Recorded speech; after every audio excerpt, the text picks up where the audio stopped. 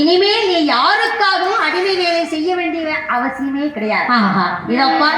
நீ மாத்திரம் என்னுடைய மாளிகைக்கு வந்துவிட்டால் உன்னை அந்த புறத்திலே வைத்து அழகு ராணியாக மஞ்சத்திலே வைத்து அந்த ஊஞ்சலிலே வைத்து ஆட்டுவேன். அப்படியே அழகா ஆட்டி உன்னை மனைவியா வச்சு உன்னை அப்படியே கொண்டாடி வருவேன்.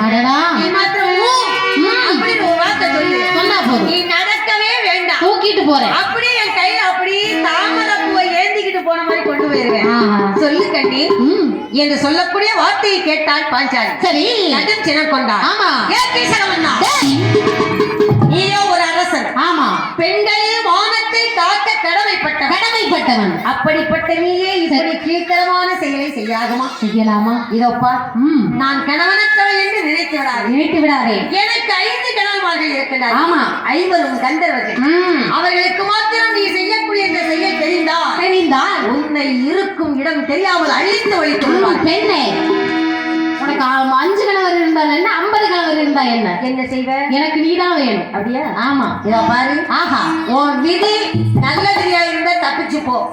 இல்ல நான் அடிபட்டு தான் சாவேன் அப்படின்னா என் பின்னால வா. உனக்கு நல்ல விதமா சொல்றேன். என் மகாராணியின் தம்பி என்ற ஒரு காரணத்திற்காக உன்னிடத்தில் இவ்வளவு நேரமாக மரியாதையோடு பேசிக் கொண்டிருக்கீங்க. இத பாரு என்கிட்ட வந்தேன் வை. சரி நானும் ஒரு நெருப்பை போன்றவன் நானே ஒரு தண்ணியை போன்றவன். அதனால தண்ணியை நெருப்பு மேல ஊத்திடுவேன். அப்படியா? ஆமா அணைச்சிருவேன். இதப்பா உனக்கு நல்ல விதமாக சொல்லு.